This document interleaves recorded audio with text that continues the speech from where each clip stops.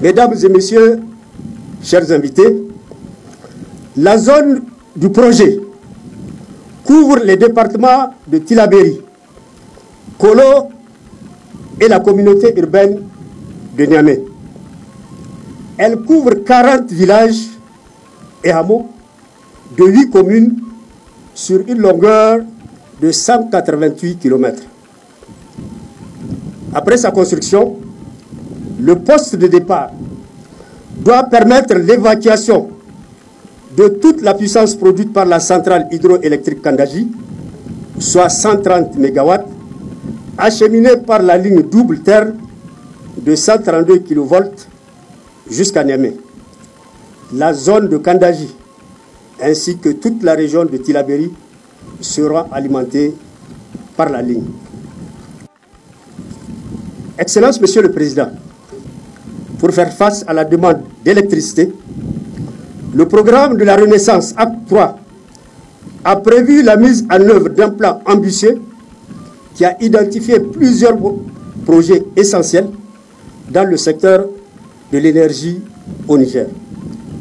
La ligne de Kandaji-Niamey est l'un de ces projets.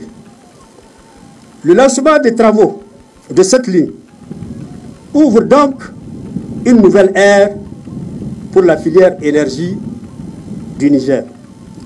Elle va booster notablement la production agricole, le commerce et l'industrialisation.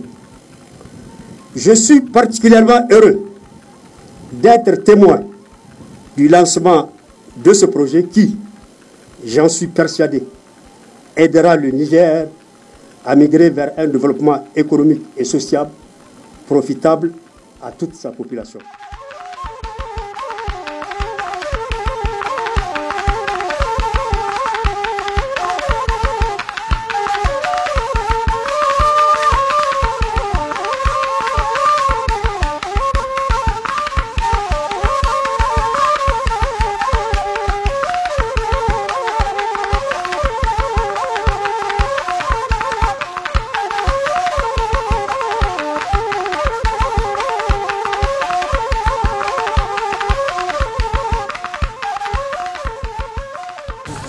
Je suis venu ici il y a de cela plus d'une année, au lendemain de mon investiture.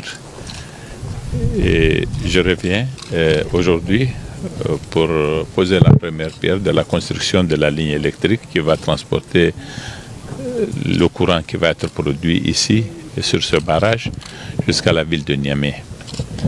Entre-temps, vous aurez constaté en même temps que moi que la configuration de ce terrain a totalement changé. On le perçoit beaucoup moins que le travail a été, parce que tout simplement c'est un travail qui s'est fait en dessous.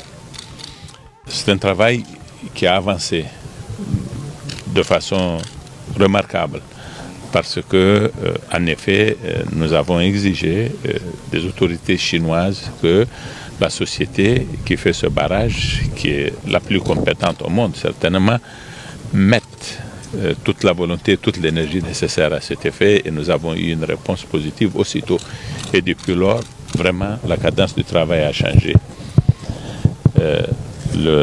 L'infrastructure est en train de prendre corps, elle est en train d'émerger. La dernière fois que nous étions arrivés, nous étions là-bas, là où est le fleuve aujourd'hui. Une partie du barrage a été construite, puis on a dérivé l'eau de l'autre côté pour construire l'ouvrage ici, et c'est ici que sera construite la centrale électrique. Nous sommes déterminés à tenir les délais que nous nous sommes donnés en concertation avec les parties qui exécutent ce travail d'un point de vue technique, et nous pensons qu'en 2025, nous disposerons du barrage à la côte dont nous sommes convenus, et nous disposerons aussi de la centrale électrique en 2025. Nous serons en mesure par conséquent de transporter l'électricité, de la produire déjà et de la transporter. Et puis nous disposerons des quantités d'eau qui seront régulées et qui permettront le travail agricole qui est prévu dans le cadre justement de l'autre dimension de ce projet. Nous avons des grands défis néanmoins devant nous. Nous avons des villages à déplacer. Nous avons toute la ville de Ayoru à déplacer parce que le site sur lequel elle se trouve en ce moment sera inondé.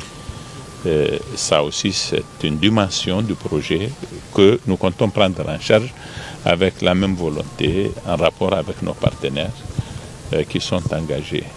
L'État du Niger dépense beaucoup d'argent pour que ce travail se fasse. Et les partenaires qui sont engagés avec nous savent que nous sommes crédibles et eux aussi ont commencé à croire au projet parce que depuis le temps qu'il dure, évidemment, il y a eu beaucoup de raisons que des partenaires se découragent aujourd'hui. Tous sont enthousiastes, tous sont engagés à nos côtés. C'est un très grand projet, comme vous le savez. C'était un mythe. Il est en train de prendre corps. Il sera une réalité, Inch'Allah. Merci.